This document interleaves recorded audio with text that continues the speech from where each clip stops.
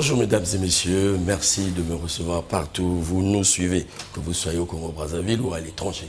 En tout cas, merci une fois de plus d'être branchés à votre émission à caractère sociopolitique. En tout cas, Mac Bazar aujourd'hui vous fait le plaisir il vous fait le plaisir de toucher une question qui n'est pas du commun, qui n'est pas habituellement abordée chez nous.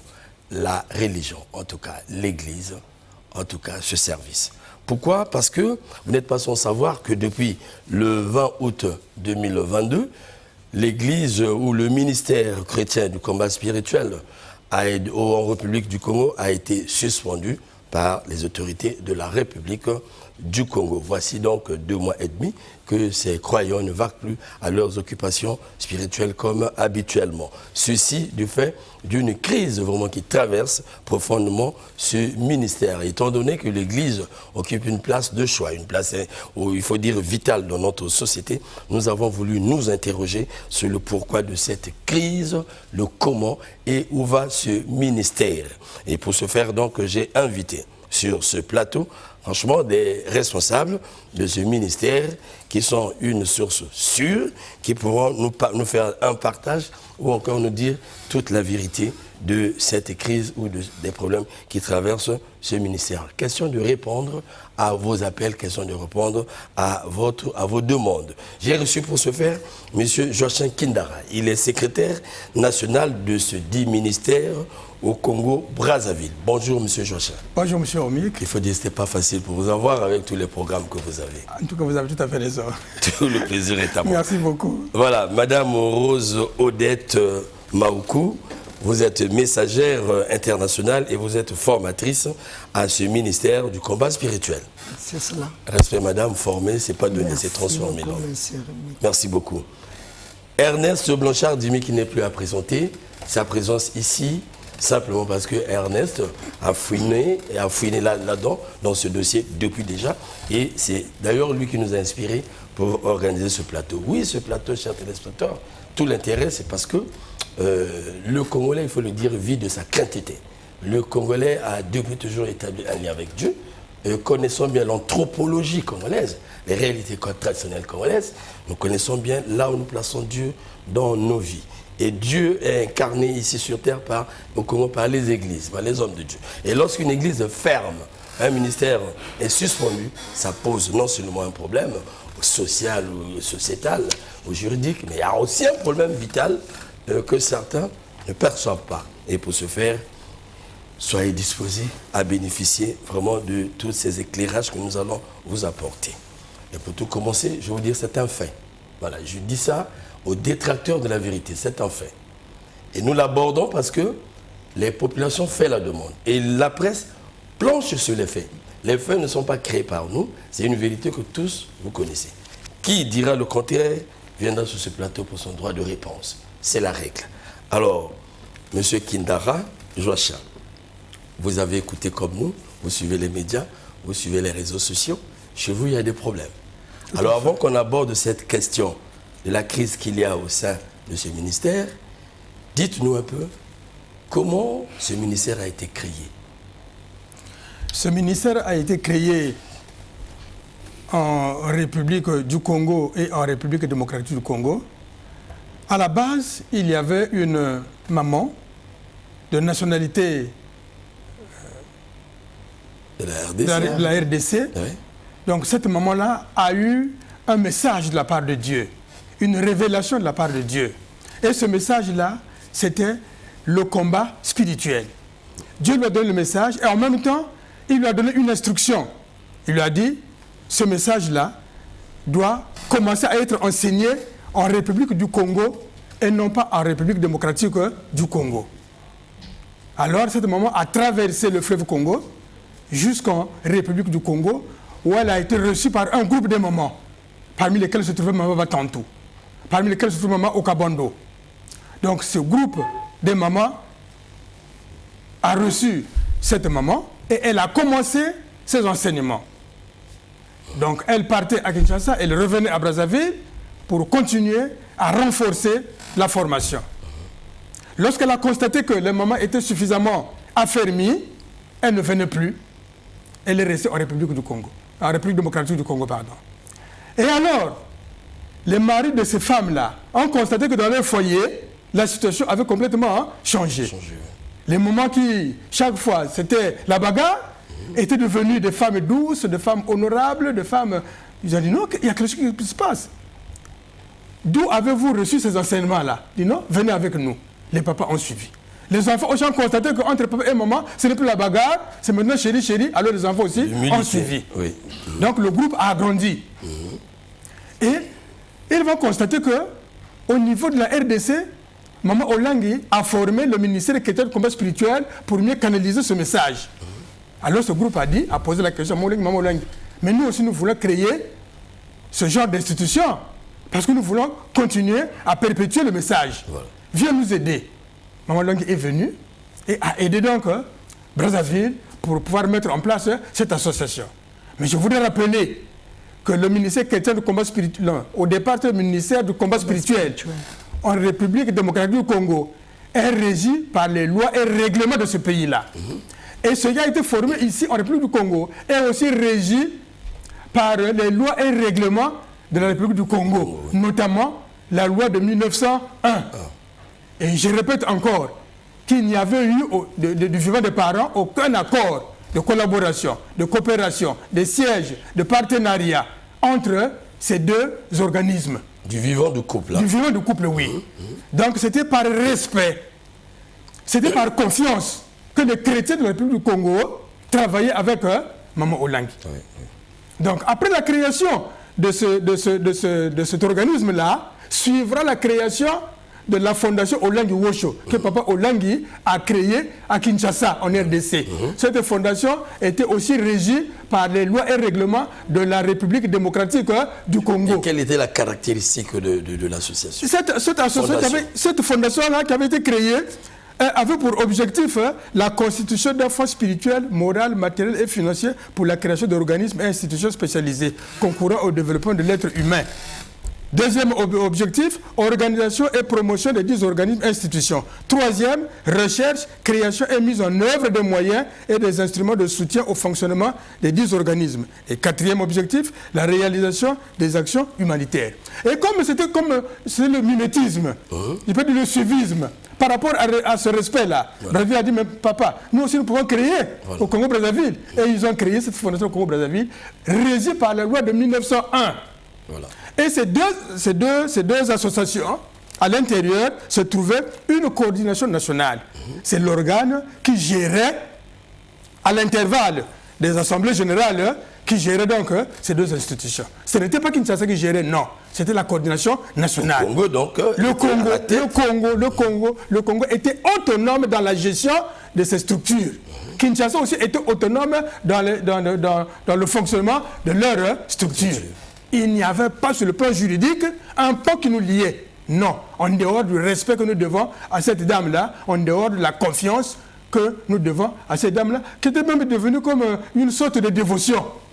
Voilà, ça c'est clair, je crois qu'il faut expliquer ça pour que les gens comprennent. Et donc il faut retenir donc, que chaque pays donc, à la tête, il y avait une coordination. Il y avait une coordination. Voilà, c'est ce qui nous importe, il y avait une coordination et qui gérait.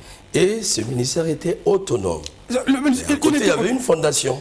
Oui, il y avait une fondation autonome. La nuance entre le ministère qui s'occupait des affaires spirituelles et la fondation qui tirait vers la formation de l'homme, le social, ainsi de suite. Voilà, tout à fait. Voilà. Tout à fait. Madame Rose Odette, vous êtes formatrice, surtout on dit messagère internationale. Donc vous pouvez vaquer partout, là où il y a ce ministère, porter ce message. Et vous avez eu à former certainement dans ce milieu. Alors, qu'est-ce qui se passe? On va aller vite comme ça. Le ministère a fait son chemin. Nous tous avons vu pendant des années. Et il arrive un moment où le couple s'en va. Surtout Maman Olangi, il est visionnaire. Alors, après cette dame, comment avez-vous géré le ministère? Qui avait l'autorité du ministère? Voilà. Merci, monsieur. Oui, madame. Bon, après le départ de papa et maman Olangi, au Congo-Brazzaville, 5 ans après la mort des parents, Brazzaville a fonctionné normalement. Ah bon? nous n'avions vraiment pas de problème. Au début, la coordination était là. Et tout le monde travaillait, tout le monde vaquait à ses occupations. Parce que c'est tellement coordonné. Il y a des chefs par ici, par là. Chaque groupe, c'est vraiment bien structuré. Mais après la mort de cette dame, est-ce que vous n'avez pas senti, juste après sa mort, des secousses entre vous, par exemple la coordination et les croyants, et ainsi de suite? Il n'y a pas eu des remous? Bon, on ne peut pas dire non. Parce qu'on était inquiets d'abord. On ne savait pas à quoi s'attendre. Ouais. On ne savait vraiment pas. On était vraiment inquiets. On se disait, qu'est-ce qui va arriver? Mais seulement, chacun de nous essayait de vaquer à ses occupations. Jusqu'au moment où on a appris qu'à Kinshasa, là-bas, il y avait déjà un fils qui s'était nommé président, que celui-ci devenait présidente du ministère. Ça aussi, au début, ça ne nous avait pas troublés. Ça ne nous avait pas troublés. Oui, madame, les enfants s'annoncent donc après fonctionnement des coordinations, après gestion par les coordinations. Il arrive une période où les enfants Olangui s'annoncent dans la gestion. Avant d'aller dans le fond, Jimmy Ernest, vous avez travaillé sur le dossier. Et vous avez bien suivi le déballé. L'arrivée des enfants choque parce que, par principe, le ministère, à les entendre, travaille ou prône l'autonomie. Voilà, pardon. Vous avez travaillé sur ce dossier. Qu'est-ce que vous avez à dire? Il faut d'abord dire à ceux qui suivent Marc Baza sur DRTV que par ministère chrétien du combat spirituel, ça paraît savant, mais pour le Congolais d'en bas, il doit comprendre qu'il s'agit de ce que nous appelons ici l'église des mamans Olangui. Voilà. Donc c'est l'héritage spirituel pour la précision. Qui est arrivé au Congo-Brazzaville et ailleurs par l'entremise de cette dame que Dieu a rappelée à ses côtés il y a quelques années. Alors, qu'est-ce que nous avons constaté? C'était bien dit par ceux qui ont vécu cette réalité. C'est que du vivant d'Olangui, c'est elle qui gérait selon la vision que Dieu lui avait donnée. Mais elle ne s'impliquait pas selon les prescriptions divines de ce qui s'est passé dans les pays hors de sa juridiction.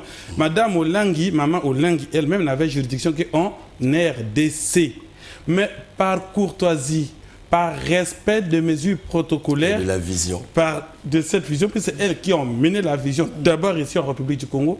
Alors, ça paraissait quand même ingrat ou non conforme à l'autorité établie avec la sève. Voilà. On coupe pas avec les racines. De toute façon, on dit que la bouche qui a tété n'oublie jamais le goût du lait. Donc, de temps en temps, quand ils ont des petits soucis, maman, ici, nous avons telle situation, parfois elle-même pose des questions. Qu'est-ce qui ne va pas là-bas? Est-ce que l'église, est-ce que vous pensez déjà avoir vos biens de telle sorte que l'église soit autonome, c'est-à-dire une parcelle pour construire l'église? Est-ce que vous avez quelques problèmes internes? Qu'est-ce qu'on peut faire? Mais du point de vue pratique, elle n'impose rien, elle ne demande rien, elle n'exige rien. Et c'est ça ce qui était à son temps. Mais malheureusement, Dieu, qui ne mange que les humains, selon les bantous, le rappelle, lui et elle et son mari à ses côtés, l'église fonctionne, c'est une secousse qui crée un peu la torpeur et l'inquiétude, la dame l'a dit, mais qui est amplifiée quand, quelques temps après, on entend qu'il y a des gens qui sont apparus là-bas, au nom d'Olangui, qui revendiquent donc l'héritage, non pas seulement matériel de leurs parents, mais qui se présentent comme les continuateurs des œuvres amorcées par leurs parents. Or, ces œuvres n'ont pas été amorcées par leurs parents, c'est l'œuvre de Dieu qui n'a utilisé que ses intermédiaires. Et la succession n'a pas été organisée du point de vue des humains. C'est une succession qui doit se faire selon les principes de Dieu. Donc, vous pouvez être enfant, vous pouvez être neveu. Si Dieu n'a pas donné la révélation à maman Olang, c'est que c'est vous, les dignes continuateurs de son œuvre, vous n'avez pas droit à siéger. Et ils ont peut-être oublié que les affaires de Dieu, ce n'est pas le parti politique. Vous allez sourire, je vous vois sourire. S'il te plaît, nous arrivons. Ce n'est ni l'UDHUKI, ce n'est ni l'UDPS où Étienne Tshisekedi est remplacé par son fils. Ce n'est encore moins le PDG au Gabon où Bongo Père est remplacé par son fils. Ce n'est encore moins le RDPS chez nous-mêmes ici où Tchika a été remplacé par son fils. Mais là-bas, il s'agit d'affaires de Dieu. Donc il n'y a pas de calcul mathématique ou de calcul machiavélique derrière ça.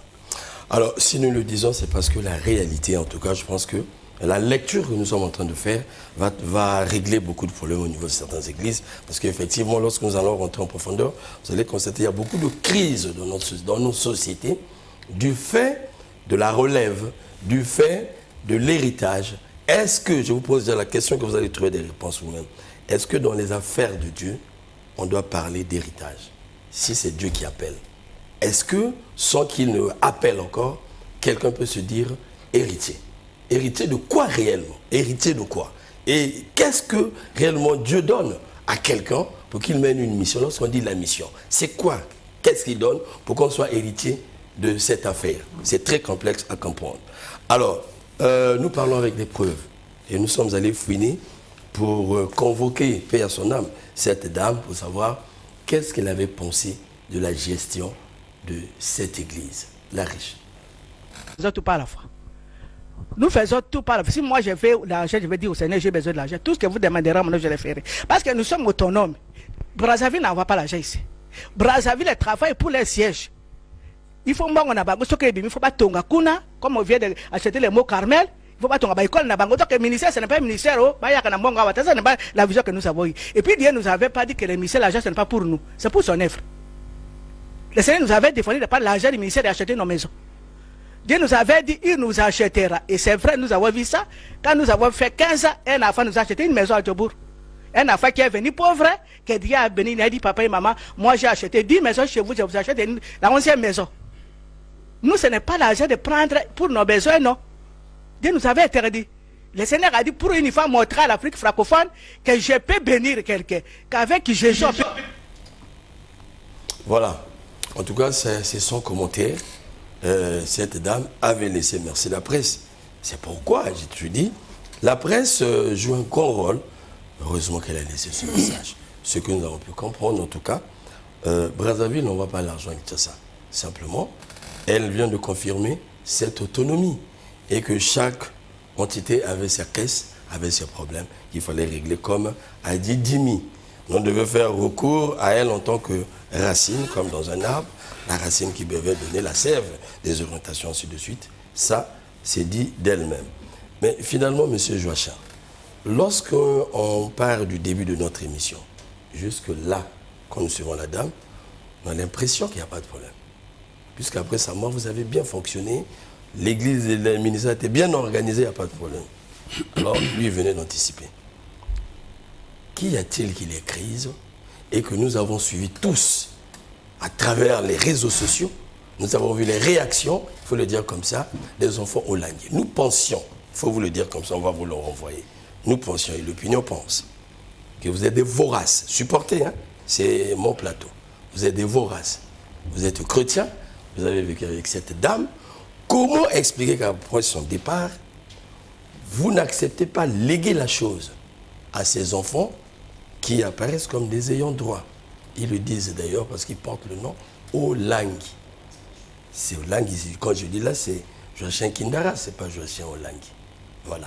Qu'y a-t-il entre ces croyants de Brazzaville, ces fidèles, et les enfants de cette dame pour vous plonger dans cette crise? Je voudrais faire observer un fait, monsieur le journaliste. Oui. Monsieur Olangui Alain Ngoy se prévaut être le président international. Ah. Je voudrais faire observer, et je reviens encore là-dessus. Nous allons voir le problème du côté juridique. Et en notre qualité de diplomate, nous disons que pour que vous soyez international, comme à la CEMAC par exemple, comme à l'Union africaine, il faut que vous ayez au centre un accord. Absolument. Et tout le monde a adhéré à cet accord-là. Voilà. Alors, nous disons que X est président international. Donc, les lois de vos pays ne comptent plus, mais c'est ce que vous avez décidé autour qui compte. Voilà. Donc, vous avez un règlement supranational. Mais je répète encore qu'ici, dans la relation que tous les sièges ont avec Kinshasa, cela n'existe pas. Hier, nous disons avec les parents, toujours par respect, Kinshasa, siège international. Mais je dis que c'est faux, c'est un abus de langage. Et alors, les enfants qui sont arrivés, qui n'ont jamais, je reprends encore, qui n'ont jamais été avec les parents, qui n'ont jamais été formés. Moi, je suis arrivé en 98. J'ai été formé par les parents jusqu'à présent, jusqu'avant leur mort. Quand on parle de... Excusez-moi, est-ce qu'ils ont exercé dans ce Jamais, ils n'ont jamais été formés ni aux affermissements. Là, ils étaient à Paris, ils étaient en Suisse, ils étaient au Canada. Ils n'étaient pas avec les parents. Chacun faisait sa vie. Chacun faisait sa vie. Ils n'ont jamais été formés au combat spirituel. Ici, on parle de la vision. Monsieur Dimi, ça c'est la vision. Il y a quelqu'un, M. David Oudebo, qui a écrit vision. Ici, au combat spirituel, les parents n'ont pas eu le temps d'écrire un document de ce genre. Donc, ceux qui connaissent la vision, ce sont ceux qui ont vécu avec les parents. Voilà. Nous pouvons dire que la vision, c'est l'ensemble des us et coutumes pratiqués par les parents pour la gestion du ministère. Voilà. Et ceux qui ont la vision, ce sont ceux-là qui ont vécu avec les parents au moment où ils résolvaient ces questions-là. Voilà. Ces enfants n'ont jamais été là pour résoudre ces questions-là, jamais. Aujourd'hui, papa Kindara peut dire, oui, quand il y avait tel problème, voici ce que les parents avaient fait. Voilà. Alors, eux qui n'ont jamais été avec les parents, qui arrivent subitement et qui se font passer pour président international. Mais président international par rapport à quoi? Ils n'ont rien compris. Parce que ça n'existe pas. L'image que je viens de donner, ça n'existe pas. Il est président de la fondation Olang Wosho de la République démocratique du Congo. Et d'ailleurs, pour votre gouverneur à Kinshasa, il n'y a pas de président du ministère du commerce spirituel jusqu'à présent. Ça n'existe pas. Pourquoi? Parce que la chose spirituelle est tellement sacrée. Donc, la crise est née à partir de cette incompréhension-là. Les 7, ils sont 7 enfants. Donc, les 7 pensent qu'ils sont présidents de la fondation Olang Wosho. Et comment vous avez reçu ce message? Vous ont-ils visité ou alors ça a commencé à nous frustrer, monsieur Romier. Ça a commencé à nous frustrer parce qu'avec les parents, quand il y avait un petit couac dans un siège, on invitait les parents. Ou alors les parents s'invitaient eux-mêmes. Voilà. Parce que c'était nos parents, nous étions les enfants. Voilà. Mais eux, ne connaissant pas comment les parents exerçaient ce pouvoir-là, ils ne peuvent pas avoir cet automatisme. Et puis sur quelle base ils vont le faire? Sur quelle base? Voilà tout le problème. Voilà tout le problème. Donc ça veut dire qu'il y a un couac. Merci de nous déverser cela au profit de ceux qui nous suivent pour qu'ils comprennent eux aussi. Monsieur Dimi. Je crois plutôt à ce niveau que c'est les enfants qui emmènent l'esprit business dans la communauté chrétienne. Et quand je parle, je pèse bien mes mots. Et cet esprit, quand vous suivez l'actualité dans les sectes, je ne parle pas des églises, des vraies communautés. Je parle des sectes qui sont tenues par des gourous. Vous avez suivi par exemple les temples du peuple avec Dinton au Canada. Vous avez suivi Luc Jouret en France avec Jody Mombro. Vous avez suivi Shoko Asahara au Japon avec la secte Homme Vérité Suprême. Alors comment ils se comportent? C'était des voraces. Dès lors qu'il y a une opportunité de besoin, dès lors qu'il y a un bien qui se présente, qu'il appartienne à un fidèle, qu'il appartienne à une église, à la communauté, c'est d'abord le gourou qui se sert. Or, Maman Olangi n'était pas gourou. Papa Olangi n'était pas gourou. Mais des enfants arrivent avec les instincts de gourou. Puisque ces conflits sont arrivés, c'est des problèmes de gestion purement matériels, puisque ceux qui les emmènent n'ont pas de vision spirituelle, n'ont jamais vécu avec les parents, si nos enquêtes et ce qu'on entend ici sont réellement confirmés. Voilà. Donc, c'est cet esprit business, à mon avis, qui vient tuer, qui vient créer des frustrations, qui vient mettre les vrais chrétiens, ceux qui ont vécu des vraies choses, Romik. Et ceux qui ont dépensé de leur foi, il faut le dire. Effectivement. Puisque vous allez remarquer... C'est pas étonnant, nous l'avons vu. Les gens se dépouillent. C'est vrai. Quand le gouvernement arrive à suspendre une communauté chrétienne, vous savez que l'État ne vit pas sans église et vice-versa. Alors, dans l'histoire de notre pays en termes de... Depuis que j'ai commencé le journalisme en 1999 à ce jour, je n'ai vécu que 2 faits. La secte d'Intoubi, voilà, qui a été suspendue par rapport à tout ce qu'on a vécu dans le pays, mais qui a été réactivée pour des questions de paix et autres. Et cette église, c'est la première fois que je vois une église suspendue. Donc ça veut dire que le problème est...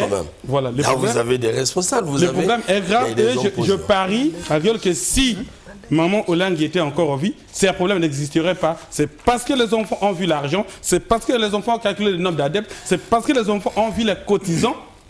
Au lieu qu'ils prennent l'angle spirituel, ils viennent avec le matérialisme dans une question purement spirituelle qui n'a rien à voir avec le capitalisme qui envoie les gens vers l'argent. Madame. Oui, pour compléter, M. Dimi, quand les enfants arrivent, ils n'ont jamais été avec les parents. Ils ne connaissent pas ce que c'est que la vision. C'est ce que nous voulons comprendre. Est-ce que c'est des... Excusez-moi. Est-ce que c'est des hommes... Parce que c'est un ministère quand même qui s'étend partout dans le monde. Oui. Qui a charge des familles depuis toujours. Peut-être que ces enfants ont grandi même devant tous ces hommes formés. Est-ce que ces enfants ont la poigne spirituelle de conduire cette église? Est-ce que vous les connaissiez avant? Est-ce qu'ils ont été vraiment préparés pour la mission? Voilà. Je reprends encore M. Dimi, M. Romik. Ces enfants-là n'ont jamais vécu avec les parents. Ils n'ont jamais été formés par les parents. Vécu, oui, parce que ce sont leurs enfants biologiques. Donc, il peut venir... la relation parent et enfant, la relation biologique peut peut-être exister. Mais ici, nous sommes dans le domaine purement spirituel. Ils n'ont jamais... Monsieur Romik, ici, quand moi je suis arrivé, je suis passé au P10. Ce sont des modules au P10, comme des classes. P10, P11, P12, P13, P14, P15, jusqu'au P17. Pour que je sois ce que je suis au ministère de combat spirituel. Ils n'ont jamais connu ça. Je reprends encore la vision, papa. La vision, ce n'est pas dormir puis se réveiller. Non. La vision, ce sont des enseignements, papa. Hein? La vision, c'est voir en avance. Je vois. La vision, c'est une habilité d'avoir une préconnaissance des choses à venir, papa. Je comprends. Donc vous ne pouvez pas venir comme ça de but en blanc. Vous tombez comme un cheveu dans la soupe. Et puis vous prétendez être les filles. Non, papa, ça n'existe pas. Parce que quand ils arrivent, quand ils se font maintenant nommer président international, je dis que c'est archi faux. Et quelle a été votre réaction? Ça s'est passé en face ou bien par écrit, s'il vous plaît? Non, on entend ça par la voix des ondes. CVV, cette télévision-là, c'est le fruit des Congolais, c'est les Congolais qui ont donné l'argent pour créer ça, papa. Et on apprend qu'il est devenu président international. Sur quelle base? Nous ne savons pas. Alors ce prévalant de ce titre-là, il commence maintenant à emmerder tous les sièges. Prendre de l'argent, envoyer 15, 20, 50 missionnaires par siège, donc ça devient terrible. Il commence à prendre des décisions parce qu'il se dit président international qui n'a aucun fondement juridique. Voilà. Aucun fondement juridique. C'est sur ça que nous tablons. J'insiste sur ceux qui nous suivent, suivez-nous avec beaucoup de rationalité. Suivez-nous avec beaucoup d'intelligence. Ne nous suivez pas avec les émotions. Suivez-nous avec beaucoup d'intelligence, sagesse pour comprendre et pour savoir interpréter ce qui se dit ici. Je retiens que c'est une façon d'entendre, monsieur, braver cette affaire, ce pouvoir de l'Église, sans fondement juridique. Alors que le ministère fonctionne selon les fondements juridiques. Voilà tout le problème. Oui, Dimi. Je voudrais plutôt... c'est vrai que je n'ai pas l'habitude de poser des questions ici, puisque c'est votre émission. Mais je voudrais quand même savoir qui nomme qui dans ce ministère. Mais c'est ce qui se dégage. Qui nomme qui? C'est d'où? Alors c'est quelqu'un qui arrive, s'auto-proclame, c'est moi le chef. D'où on parlera d'une crise. On a parlé d'un coordonnateur national, par exemple, en République du Congo, ici. Alors, comment a été-il choisi? Et est-ce qu'il a un mandat de quelques années? Est-ce que... Non, ça, on ne peut plus répondre parce que M. Joachim vient de nous démontrer qu'il s'est autoproclamé. Mais nous allons petit à petit faire le constat ensemble avec les téléspectateurs pour comprendre à travers la donne qu'il nous apporte. Alors, nous avons eu à capter dans les réseaux sociaux l'ambiance qui a régné entre temps dans ce ministère. Et cette ambiance qui vraiment révèle la crise. Mais nous savons que l'Église incarne l'autorité morale et civique. Et l'Église, quand j'ai lu même au niveau de la fondation, là, on parle de la formation de l'homme. Et je pense que si l'État est arrivé à ce point, parce que ce ministère, entendre les dire, à suivre les vidéos, pue la violence. C'est ce que nous avons pu constater. Et beaucoup de choses, je me limite juste à ce mot. Nous allons suivre les 3 VTR que nous avons alignés au niveau de la régie. Il s'agit des réactions qu'il y a eu au niveau de l'Église par le fils Olangui, que nous allons souhaiter recevoir un jour. Je me permets. Nous travaillons comme ça. Nous allons souhaiter recevoir un jour, évoluons d'abord dans notre émission. La régie, s'il vous plaît.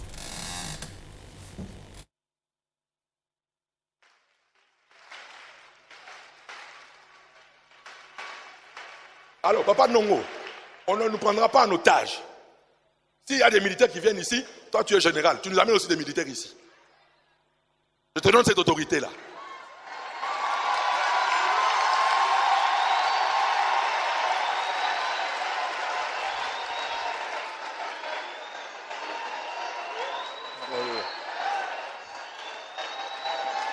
Alléluia. Vous savez, Dieu sait faire les choses. Il nous a donné un cordon général et qui a fait beaucoup pour ce pays. Alléluia. Papa Nongo, je t'ai dit, ton histoire dans ce pays n'est pas encore finie. Dieu a encore une histoire avec toi. Tu connais en secret ce qu'on a parlé, moi et toi. Dieu a encore une histoire avec toi dans ce pays.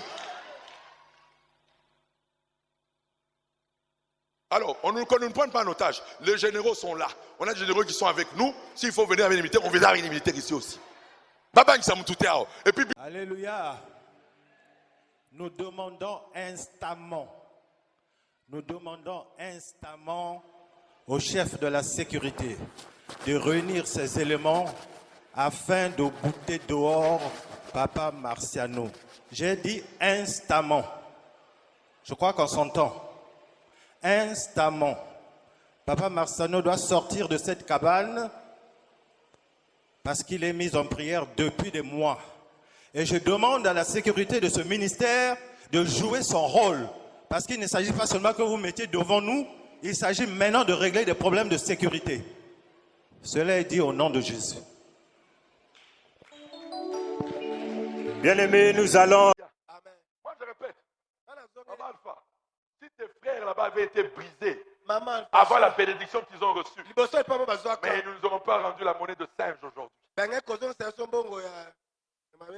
Mais beaucoup ont été bénis par la grâce de Dieu, sans brisement. De nulle part où Dieu les a tirés. Mais ils ont tout oublié. Ils ont failli même mourir. Mais dans la chambre de Maman Olangui, elle-même a prié pour qu'ils se rétablissent. Aujourd'hui, nous sommes aujourd'hui leurs ennemis. Qui a eu la grâce d'avoir eu la prière de Maman Olangui dans sa chambre? Général Mbot, n'oublie pas. N'oublie pas. Tu étais venu moribond. Maman Olangui t'a pris entre ses mains. Elle t'a amené dans sa chambre. Elle a prié pour toi. Nous ne méritons pas ce que tu nous donnes aujourd'hui. Le spectacle que tu nous montres aujourd'hui. Nous ne méritons pas. Général, Tu as tout oublié. Tu étais venu mourant ici. Maman Olangui n'a jamais fait ça. Même avec moi, je n'ai jamais eu cette grâce d'être d'abord entré dans la chambre et de prier pour moi. Général Mbot, ozokanga zongisa motema sika sima oyaka a mokufi mamona la condition na chambre ne tu ne peux pas rendre la monnaie de la sainte. Okokobundisa biso bongo te ngala boyango. Alléluia. Amen. Oyaka mokufi ba memie maboko. Tout ça c'est quoi? C'est le manque de brisement. Avant la gloire, avant la bénédiction. Quand tu n'es pas brisé et que Dieu t'élève, tu ne lui rendras jamais la gloire.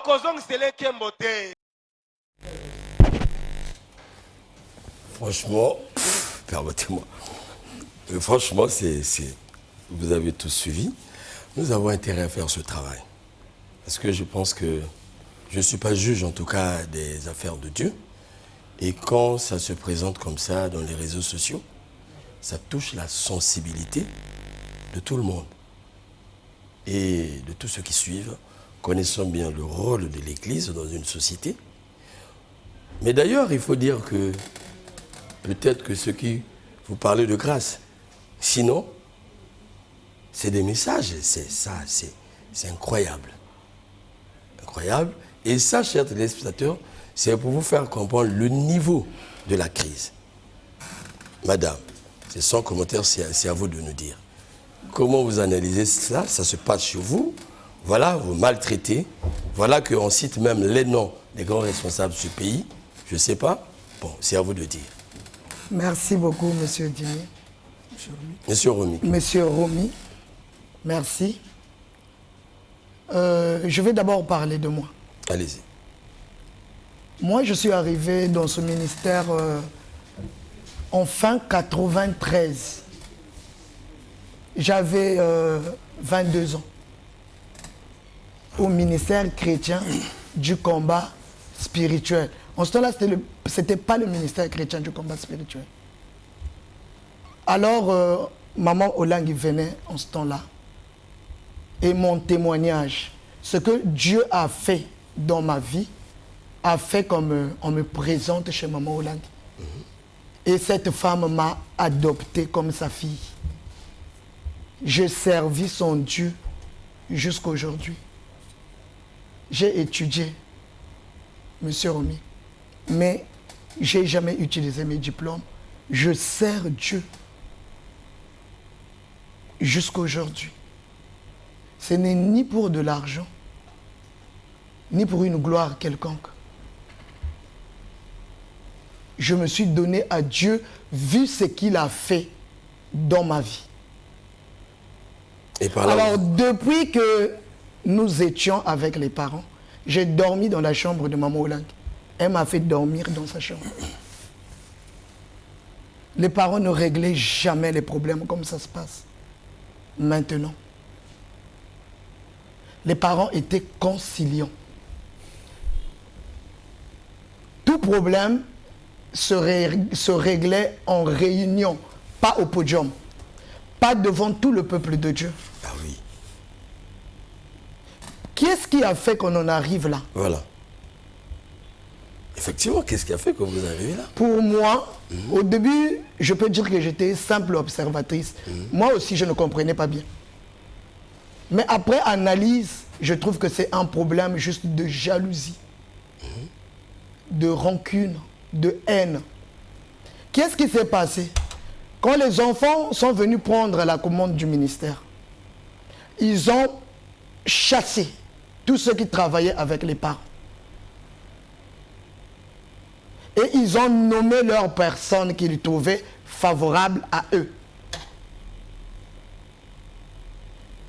Bon, dans ce genre de crise, quand vous êtes nommé, comme si on vous a pris, je ne sais d'où, pour vous mettre au soleil, alors vous devez obligatoirement faire ce que la personne qui vous a mis là vous demande de faire. Absolument. Sans tenir compte de la vision. Absolument. Alors, il s'est fait qu'il y a des gens qui n'étaient pas côté de maman par leur mauvais comportement, par leur manière.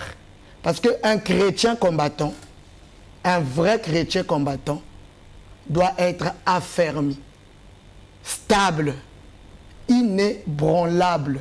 Ah, ça. Nous avons été enseignés, papa. Non, je comprends. Craignons l'Éternel. Je comprends. Alors, au milieu des enfants de Dieu, comme la parole de Dieu le déclare, dans la bergerie, il y a toujours des loups. Alors, ces loups-là, quand ils ont vu les parents partir, parce que papa et maman, beaucoup les avaient mis en prière. Chez nous, on ne chassait personne. C'est toi-même qui décides de t'en aller si ça ne te plaît plus. Mais quand tu as mal agi, on te mettait en prière. Ça veut dire, tu vas prier, tu vas chercher la face de Dieu pour comprendre qu'est-ce qui se passe, pourquoi ces problèmes sont arrivés dans ta vie. Voilà. Dimi, je vous en prie. Bon, à suivre les vidéos. Vous avez suivi les vidéos, qu'est-ce que le message, oui. Romik, il y a un documentaire intitulé Le business de la foi. Il faut que vous le suiviez. Il faut me le donner. Ouais. Un autre intitulé Au royaume des prophètes. C'est comment on manipule l'opinion dans des églises pour des aspects, pour régler des problèmes personnels. Déjà, je vois la première vidéo. Celle où le monsieur se lève, appelle un général. Déjà, on ne vient pas à l'église parce qu'on est général. On vient à l'église parce qu'on est croyant, on est chrétien. Voilà. Donc, ce n'est pas une affaire de galant de général. Et à dire que s'ils emmènent des militaires, vous êtes général, vous aussi vous allez emmener des militaires. Bon, s'ils emmènent lesquels? Et qu'est-ce qui va se passer? Et puis je me demande, je crois que si c'était dans des pays où les autorités tiennent réellement à cœur la question de sécurité intérieure, je crois qu'il y aurait des interpellations après ces propos. Eux, les gars ne sortiraient pas du Congo-Brazzaville. Puisqu'il est venu, il a géré ces problèmes, il a créé ce précédent avec le général coordonnateur de la CIFMC, il a couru en RDC. Mais il ne devrait pas sortir. Qu'est-ce qu'il s'est dit avec ce général à deux? Puisqu'il est dit, la vidéo est là. Non, le ministre de l'administration du territoire préfère seulement suspendre. Non, on ne pouvait pas suspendre sans aller au-delà. Est-ce qu'en parlant, la régie peut nous afficher les notes, les lettres? Ensuite. Voilà, les lettres. Là. Ensuite. Les suspensions. Vous savez, je ne fréquente pas des petites structures religieuses, les sectes. Mais la culture intellectuelle voudrait quand même qu'on sache ce qui se passe un peu ici et là. Voilà. C'est cette même Bible sur laquelle se reposerait. C'est un monsieur qui parle. Que si la main gauche donne, que la main droite ne soit pas mise au courant.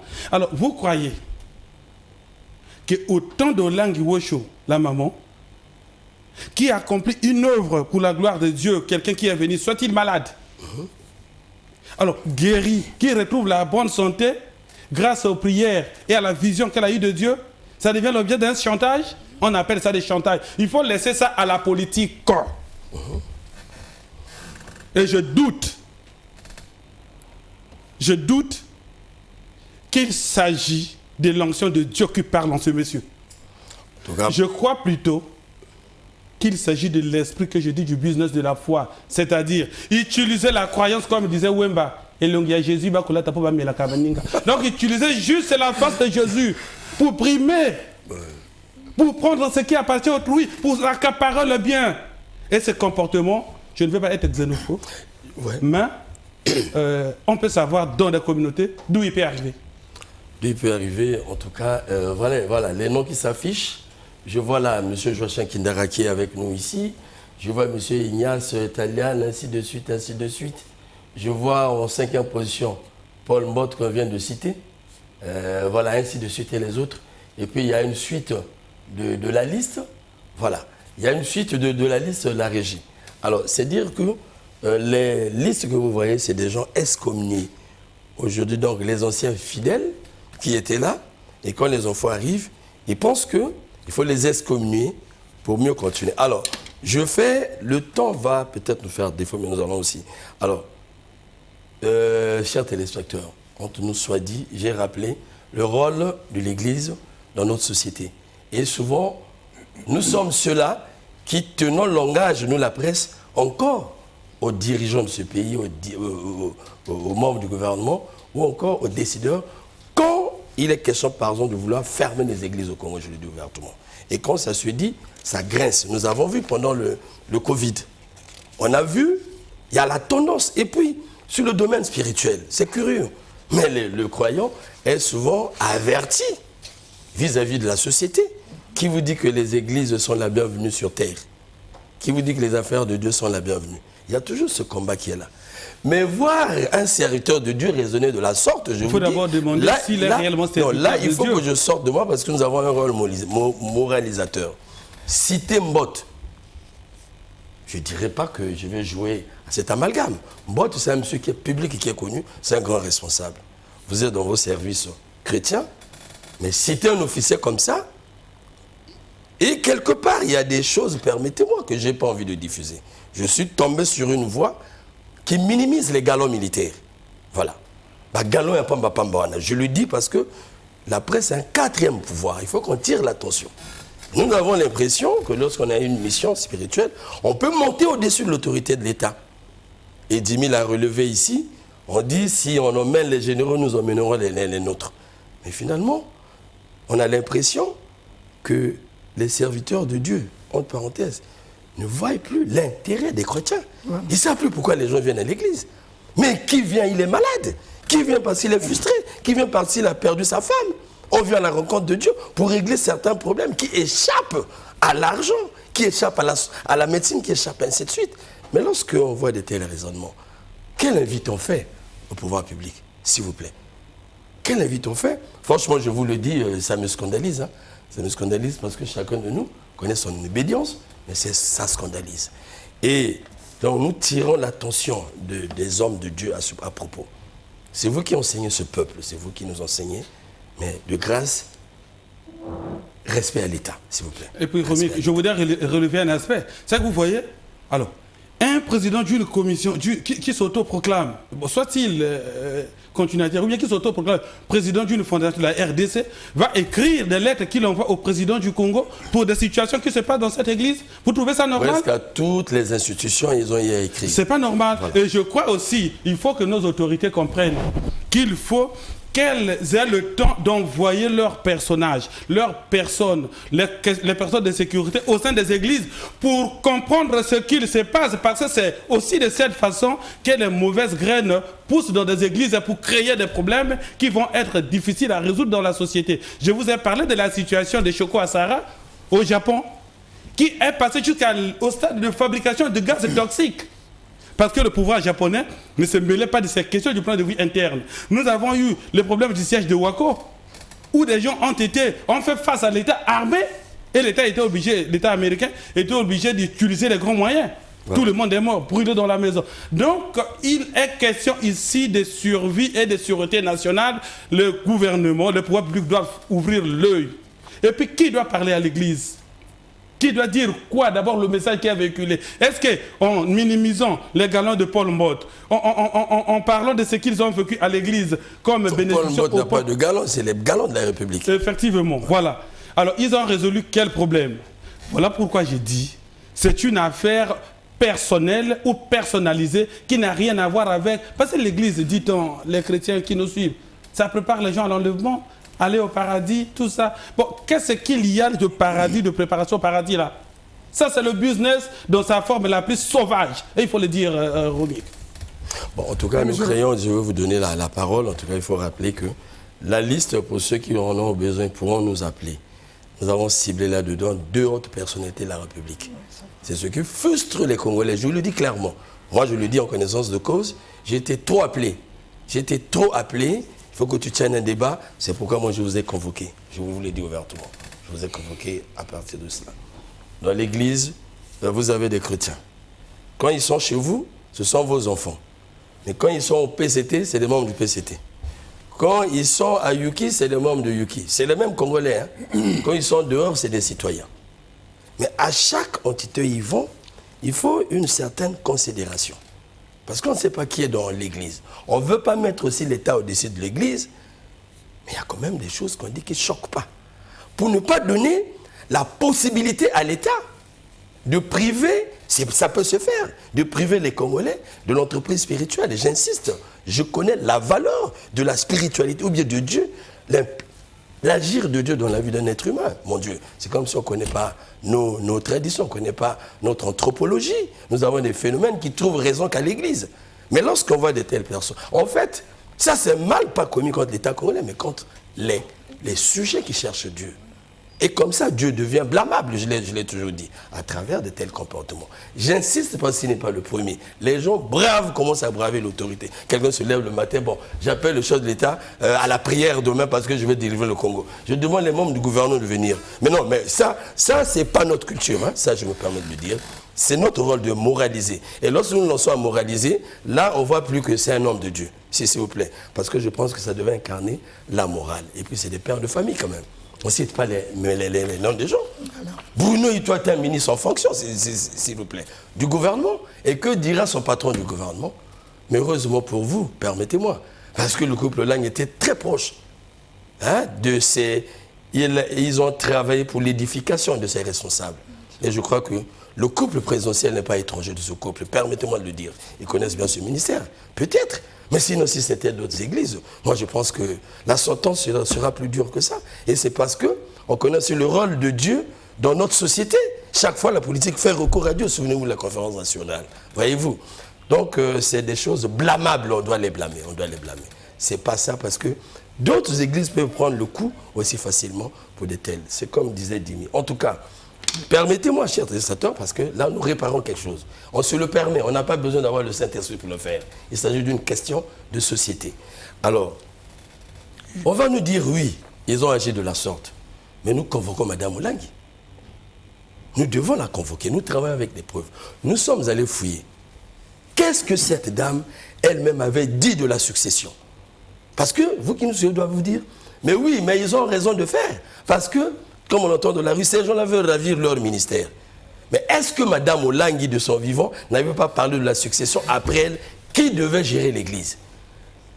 C'est ce que je vous invite à suivre, s'il vous plaît. Vous n'êtes pas éternel. Si vous partez, vous donnez l'église à qui? À Guy, Alain, Olangi, ou vous avez déjà un successeur, ou c'est les membres de la famille. Ça choque également cette affaire-là où l'église devient pratiquement un royaume. Vous, au cas où vous et papa Olangi, vous n'êtes pas là, il y a déjà quelqu'un qui vous succède? Nous ne parlons pas des gens qui doivent nous succéder. Ce n'est pas notre vision.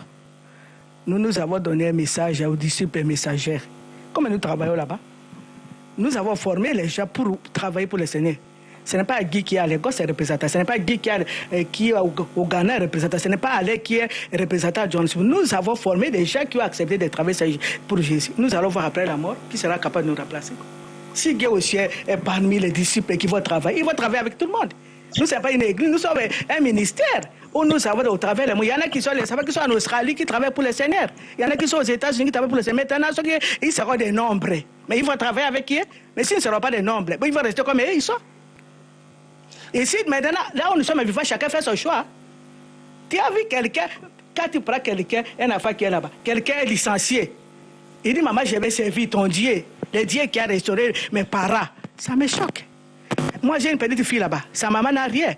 Betty, elle est licenciée. Mais Betty, mais va travailler. Du maman, je vais servir ton Dieu, il a restauré notre famille. Donc les gens ici travaillent par rapport à ce que Dieu a fait dans leur famille. C'est comme ça que les enfants s'engagent. Il est représentant, il est beau, il est représentant à Paris. Mais les gens là, il faut un choix pendant que nous sommes vivants. Et aussi doivent faire un choix maintenant. Ça, c'est un message qui rassure donc les enfants. Et si c'est les choix qu'on fait, il y en a qui préfèrent rester ici, travailler comme un maître avocat ici. Mais c'est bon, il doit écouter. Mais il y en a qui est avocat. Il dit, maman, je vais travailler pour Dieu. Il va aller partir à Douala pour aller rester là-bas, laisser son diplôme. Mais c'est Dieu là, Dieu les connaît. Nous, c'est des ministères, on fait choix. Ici, c'est les choix. C'est comme les gens qui ont fait choix. Je laisse tout pour Dieu. Ça sera quoi votre mot de la fin pour cette émission? Le mot de la fin pour cette émission, pour dire à tous ceux qui nous regardent que tout ce qu'on raconte dans la rue, c'est ce que de fausseté. Voilà. Nous appelons ça vraiment, c'est le testament. Vous avez cherché ce qu'elle avait dit. Clairement, ce n'est pas nous qui le disons. Elle avait dit clairement, et ça y est là. Vous allez rentrer dans le mur de Marc Bazar, vous allez voir cette émission en ligne. Il avait dit clairement, il y a des gens qui ont été formés, qui vont assurer la relève. Au début, on nous a démontré ici que le ministère est autonome. Très clair. Donc, ce qu'elle dit s'agence avec ce que nous avons vu avant. Donc, ce n'est pas étonnant que ça soit... Parce qu'il y a des gens qui ont été formés pour gérer. Et elle dit encore, s'il vous plaît, Guy et Alain, c'est qui? Ce sont ses enfants. Ce sont ses enfants. Oui, voilà. Guy, c'est celui qui vient de parler. Quelle est cette maman qui dit que c'est pas Guy, c'est pas Alain? Mais quand maman a dit c'est pas Guy, la visionnaire a dit c'est pas Guy, c'est pas Alain, est-ce qu'on ne peut pas comprendre que c'est du spirituel vraiment? Monsieur Joachim, oui, madame, vous avez à dire, après je vais faire passer à monsieur Joachim. Justement, j'avais à dire à propos, parce que, rapidement, parce que justement, en fait, le grand problème aussi que nous avons ici au Congo, parce qu'il ne faut pas seulement parler des gens de Kinshasa, ici au Congo, dans notre ministère, il y a des gens aussi qui ne comprennent rien. Pourquoi? Parce que là où nous venons, on aime vénérer les gens parce que celui-ci est fils de tel. Voilà. Parce qu'il y a des gens, jusqu'à aujourd'hui, ils ont peur de dénoncer ce genre de pratiques. Parce que non, il faut laisser, c'est les enfants de maman. Non, moi aussi, je suis fille de maman Olangi. Voilà, c'est l'affaire de Dieu. C'est l'affaire de Dieu. Il faut que tout le monde se mette là. C'est l'affaire de Dieu. Il n'y a pas un problème de son là. Mais elle a dit, pour ceux qui ont cru à la vision. Merci. Celle qui a dit ou non. Le dernier mot, après on va jeter. Dans la Bible, pas. on nous dit, Marie et les autres enfants qu'elle aurait eu dans sa vie, c'est pas avec Joseph ou quelqu'un d'autre, passaient. Et on a dit à Jésus qui prêchait, mais toi, ta mère et tes frères sont en train de passer là-bas. Jésus a dit, mes frères et mes sœurs, c'est vous qui êtes ici avec moi. Donc les Alains qui avaient choisi d'être avocats, je ne sais pas, au Ghana, qui dit par l'autre là, c'est pas ses enfants. Parce qu'ici, il s'agit du point de vue spirituel. Voilà. C'est la même chose que leur maître Jésus avait fait pour sa propre mère Marie, que nous connaissons. Mais Jimmy, tu m'étonnes. Jimmy, tu connais la Bible. Mais franchement, je suis très étonné. Depuis le début, mais tu vois des illustrations de la Bible. Quelque chose, on en reviendra. Alors, monsieur Romik, voilà. Je voulais revenir sur un fait. Ouais. Que ceux qui sont dans les sièges des autres pays, ceux qui sont à Kinshasa, et mes frères Alain, les 7, voilà, qu'ils me comprennent. Parler du siège international, c'est un abus de langage. Si hier nous l'avons utilisé, c'est parce que nous devons du respect envers les parents. Ah, voilà. Ça n'a rien à voir avec un cadre juridique. Parler de président international n'a rien à voir avec un cadre juridique. Donc, la feuille de chou là qui a été prise par Olangui Alain est nulle et de nul effet. Il ne peut pas agir en République du Congo. Ça doit agir en République démocratique du Congo. Lorsque vous le lisez, il mélange la République du Congo, il mélange la République démocratique du Congo. Moi, j'avais pensé qu'il allait plutôt parler d'un accord international qui ferait de lui un président national. Donc, Olang n'est pas au-dessus de qui que ce soit. À partir de maintenant, il faut que cela soit une fois pour toutes. Alors, en passant, qu'est-ce que vous proposez alors au regard de tout ceci? Qu'est-ce que vous proposez pour le Congo-Brazzaville? Quelle est la solution? Ce que nous proposons pour le Congo-Brazzaville, l'arrêté est clair. L'arrêté nous dit ceci. Article 2. L'association culturelle ministère chrétien de combat spirituel ne reprendra ses activités que lorsque l'ordre sera établi en son sein. Cet ordre-là sera établi par les Congolais et non pas des Congolais avec des étrangers. Non. C'est pourquoi. Elle a régi le dernier texte, s'il vous plaît. C'est pourquoi dans les dispositions de la loi de 1901, il est prévu les 2/3 de la coordination nationale. Parce qu'au niveau de la coordination nationale, nous sommes restés 11. Nous avons constaté que 4 chevauchent avec Alain. Ils ont vendu le pays à Alain. Et 6 souhaitent que les Congolais se retrouvent pour que nous puissions mettre les choses en ordre.